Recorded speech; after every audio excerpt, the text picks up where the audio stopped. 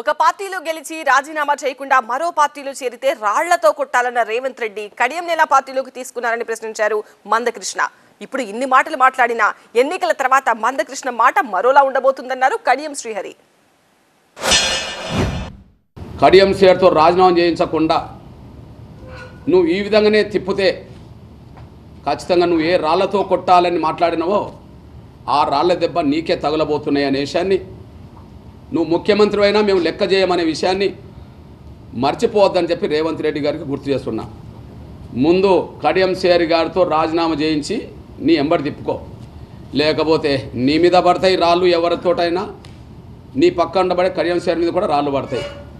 రాళ్ళు వేయమని నేను అన్నాను, కానీ నువ్వు అన్న మాట ప్రకారం ఎవరన్నా వేస్తారనే విషయం మాత్రం గుర్తు చేస్తున్నా. జాగ్రత్తగా మీరు తిరగండి అని, ఒళ్ళు దగ్గర పెట్టుకొని తిరగండి అని చెప్పి నేను ముఖ్యమంత్రికి కడియం శ్రీహరికి గుర్తు చేస్తున్నా, హెచ్చరిస్తున్నా. నేను ఆర్ఎస్ఎస్ వాళ్ళు కూడా నా మీద దాడి చేస్తలేరండి. ఆర్ఎస్ఎస్ వాళ్ళు కూడా నన్ను అంటలేరు. మందకృష్ణ మాట్లాడుతున్నాడు, ఎవని పాప అనవాడు పోతాడు. నేను చెప్తున్నా, అలా గుర్తుపెట్టుకోండి. ఎన్నికల తర్వాత వరంగల్ పార్లమెంట్ నుంచి కడియం కావ్య ప్రజల ఆశీర్వాదంతో గెలుస్తుంది. మళ్ళీ ఇదే మందకృష్ణ నా దగ్గరికి వచ్చి పొరపాటు అయింది అన్నా అని చెప్పి క్షమాపణ కోరపోతే నన్ను అడగండి మీరు.